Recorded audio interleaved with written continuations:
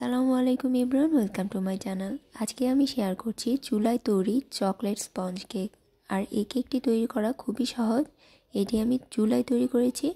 তো চলুন দেখে নেওয়া যায় কীভাবে এই সুন্দর স্পঞ্জ কেকটি তৈরি করা যায়। তার আগে একটি কথা, আপনারা যদি আমার চ্যানেলে নতুন হয়ে থাকেন প্লিজ আমার চ্যানেলটি সাবস্ক্রাইব করে দিবেন আর পাশে থাকা বেল আইকনটিও ক্লিক করে দিবেন। তো আমি এই জন্য একটি বাটিতে চালনি নিয়ে নিয়েছি আর চালনিতে আমি ড্রাই ইনগ্রিডিয়েন্টসগুলো চেলে নেব। তো এই জন্য হাফ কাপ ময়দা দিয়েছি আর দিয়েছি 2 টেবিল চামচ কোকো পাউডার, দিয়ে দিয়েছি হাফ টিস্পুন বেকিং পাউডার আর 1/4 টিস্পুন বেকিং সোডা। তারপর এই ইনগ্রিডিয়েন্টসগুলো আমি চেলে নেব। এগুলোকে আরও 2 থেকে 3 বার চেলে নিলে ভালো হয়, কারণ কোকো পাউডার দিয়ে কেক তৈরি করলে ভালোভাবে চেলে নিতে হবে, না হলে কেকটা কিন্তু স্পঞ্জি হবে না। তো এখন একটা হ্যান্ড উইক্সের সাহায্যে এগুলো ভালোভাবে মিশিয়ে নিচ্ছি। তারপর একটা বাটিতে রুম টেম্পারেচারে থাকা 2টো ডিম নিয়ে নিয়েছি। খেয়াল রাখতে হবে ডিমগুলো যাতে রুমের স্বাভাবিক তাপমাত্রায় থাকে। ফ্রিজে থাকলে 1 ঘন্টা আগে আপনারা বের করে নেবেন। এখন ডিমের সাদা অংশ থেকে হলুদ অংশ আলাদা করে নিচ্ছি। যে কোনো স্পঞ্জ কেক তৈরি করার ক্ষেত্রে কিন্তু ডিমের সাদা অংশ থেকে হলুদ অংশগুলো আলাদা করে নিতে হবে। তো এখন ডিমের সাদা অংশের মধ্যে দিয়ে দিচ্ছি হাফ কাপ চিনি আর চকলেট এসেন্স হাফ টিস্পুন। এখন একটা হ্যান্ড বিটারের সাহায্যে আমি লো স্পিডে বিট করে নেব 5 মিনিট, পরে হাই স্পিডে বিট করব 5 মিনিট। কারো যদি ইলেকট্রিক বিটার থাকে তাহলে সেটা দিয়ে করবেন, তাহলে সময় খুব কম লাগবে। তো এখন বিট করতে করতে যখন এরকম সাদা ক্রিমের মতো হয়ে যাবে তখন বুঝবেন যে বিট করা হয়ে গেছে। আমি মিশ্রণটা দেখিয়ে দিচ্ছি, ঠিক এরকম হবে। এখন ডিমের হলুদ অংশ দিয়ে দিব আর দিয়ে দিব রান্নার তেল 1 টেবিল চামচ। আপনারা চাইলে রান্নার তেলটা বাদও দিয়ে দিতে পারেন। এখন লো স্পিডে বিট করে নিব 10 সেকেন্ডের জন্য, আর 10 সেকেন্ডের বেশি বিট করার প্রয়োজন নেই। সব কিছু একসাথে মেশানো হয়ে গেলে বিট করা বন্ধ করে দেবেন। তো 10 সেকেন্ড বিট করার পর এখন ড্রাই ইনগ্রিডিয়েন্টসগুলো আমি চেলে নিয়েছিলাম সেগুলো এখানে দিয়ে দিব। তবে এগুলো একবারেই দিব না, 2 থেকে 3 বারেই মিশিয়ে নিব।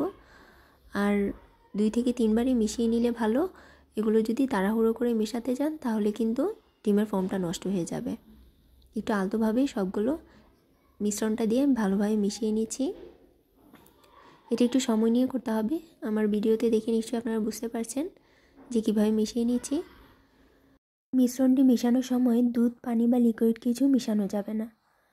তো আমার মিশ্রণটি ভালোভাবে মেশানো হয়ে গেছে। এখন আমি একটা 6 ইঞ্চি সাইজের কেক মোল্ড নিয়েছি, এটা রাউন্ড শেপের কেক মোল্ড। তো আমি ব্যাটারটা দিয়ে দিচ্ছি। ব্যাটারটা দিয়ে হালকা একটু ট্যাপ করে আমি চুলায় বেক করে নেব। চুলাতে একটা হাঁড়ি বসিয়ে দিয়েছি আর হাঁড়িতে একটা স্ট্যান্ড দিয়ে প্রিহিট করে নেব 10 মিনিটের জন্য। হাঁড়ির ছিদ্রটা একটা লং দিয়ে বন্ধ করে দিব। তো 10 মিনিট পর আমি কেক মোল্ডটা দিয়ে বেক করে নেব 30 থেকে 35 মিনিটের জন্য। চুলার আঁচটা থাকবে একেবারে লো হিটে। তো 30 থেকে 35 মিনিট পর আমার কেকটা হয়েছে কিনা আমি চেক করে নিচ্ছি। আমার কেকটা একদমই পারফেক্টলি বেক হয়েছে।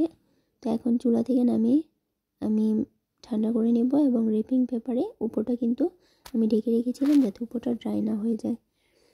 তো একটা নাইফের সাহায্যে আমি চারিদিক ছাড়িয়ে নেব। ছাড়িয়ে একটা প্লেটে মোল্ড আউট করে নেব। মোল্ড আউট করে দেখিয়ে দিচ্ছি যে আমার কেকটা কীরকম হয়েছে। উপর থেকে যে কাগজটা ছিল সেটা আমি উঠিয়ে নিচ্ছি। দেখে নিশ্চয়ই বুঝতে পারছেন যে কেকটা কতটা সফট এবং স্পঞ্জি হয়েছে। সঠিক মেজারমেন্ট ফলো করে যদি আপনারা এইভাবে চকলেট স্পঞ্জ কেক বানান তাহলে কেকটা কিন্তু খুবই সফট এবং স্পঞ্জ হবে। এই কেকটা কিন্তু খেতে এমনি এমনি ভীষণ মজার, এবং এটা কিন্তু ক্রিম দিয়ে ডেকোরেশন করে আপনারা বার্থডে কেক হিসাবেও তৈরি করতে পারেন। তো আশা করছি আমার আজকের চকলেট স্পঞ্জ কেক আপনাদের কাছে ভালো লেগেছে। আর ভালো লাগলে আপনারা বাড়িতে অবশ্যই ট্রাই করবেন আর আমাকে জানাবেন যে এটা কীরকম হলো। এরকম আরও কেকের কতগুলো রেসিপি আমার চ্যানেলে দেওয়া আছে, আপনারা চাইলে দেখে নিতে পারেন। আমার রেসিপি যদি আপনাদের ভালো লাগে আর এরকম নিত্য নতুন রেসিপি যদি আমার চ্যানেলে দেখতে চান তাহলে অবশ্যই আমার চ্যানেলটি সাবস্ক্রাইব করবেন।